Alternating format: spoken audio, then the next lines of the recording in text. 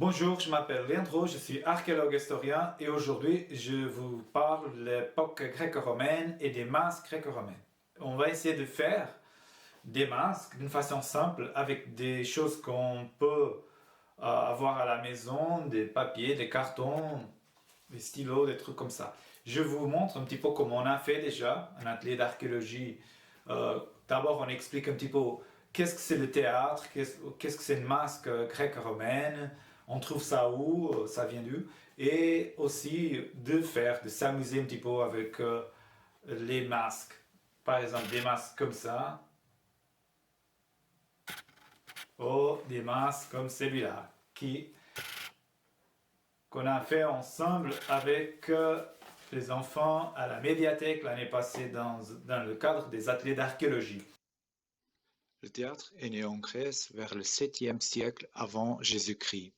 Au départ, c'est surtout une cérémonie religieuse pour le dieu de la vigne et du vent, Dionysos. Le théâtre grec sont au départ en bois et après en pierre. Les Grecs ils vont profiter d'une colline pour faire un théâtre avec le flanc de la colline. On a des éléments comme le gradon, orchestra pour le chœur, et le proskénion. C'est un lieu pour les comédiens.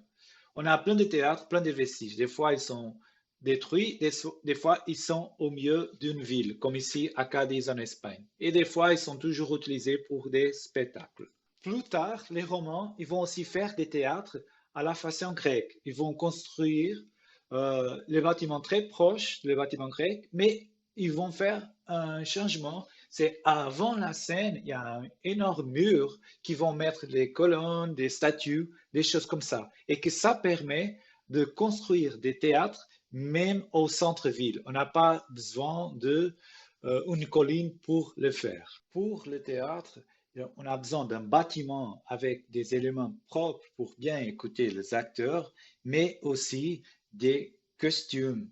Les acteurs, ils vont porter des masques, par exemple, avec des expressions très fortes pour bien montrer à tout le monde un sentiment. Les masques, ils ont une bouche très ouverte aussi parce que c'est important que tout le monde dans le gradin arrive à bien écouter la voix du acteur. Les acteurs sont normalement des hommes aussi, même pour le rôle d'une femme. Euh, c'est interdit aux citoyens de participer, c'est surtout des esclaves ou des affranchis qui sont des acteurs à l'époque romaine. Le théâtre, il est né comme un événement religieux, un défilé pour Dionysos, et après, au fil du temps, il y a des différentes scènes, des tragédies, des comédies, plein de choses différentes pour raconter une histoire. Maintenant, on regarde un tutoriel pour faire un masque. Pour faire un masque gréco-romain, on peut télécharger directement sur notre site des exemples des masques qu'après vous pouvez imprimer et colorier à la maison. Sinon, on peut faire nous-mêmes. C'est pas très difficile. L'important, c'est faire quelques éléments, quelques détails qu'on trouve dans les masques gréco-romains. Par exemple, la bouche, normalement, elle est très ouverte. Comme ça, le comédien, il arrive à faire écouter sa voix par tout le bâtiment, par tout le théâtre. Surtout le public, il est très loin dans le gradin, qu'il est loin de la scène. Autre chose importante, c'est faire des émotions. La colère, la tristesse, le bonheur. Voilà, ça c'est des choses qu'il faut faire dans une masque gréco-romaine. Après, chacun peut faire une masque différente. C'est le livre.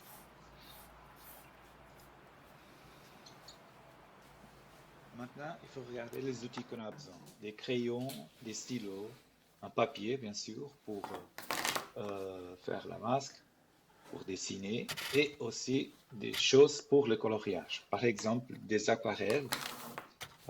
Ça donne un effet très joli. On peut faire sur un papier ou sur un carton. Voilà, des aquarelles. Après, on a besoin d'un ciseau pour couper la masque. Après, on a besoin aussi d'un couteau pour les détails, par exemple pour ouvrir la bouche, pour ouvrir les yeux de la masque. et la colle pour coller directement la masse sur, par exemple, ici, on va faire avec une assiette en carton qui a déjà un petit peu la forme qu'on veut, c'est un petit peu la taille d'un visage humain. Voilà. Mais d'abord, il faut colorier la masque. Ici, on fait avec des aquarelles.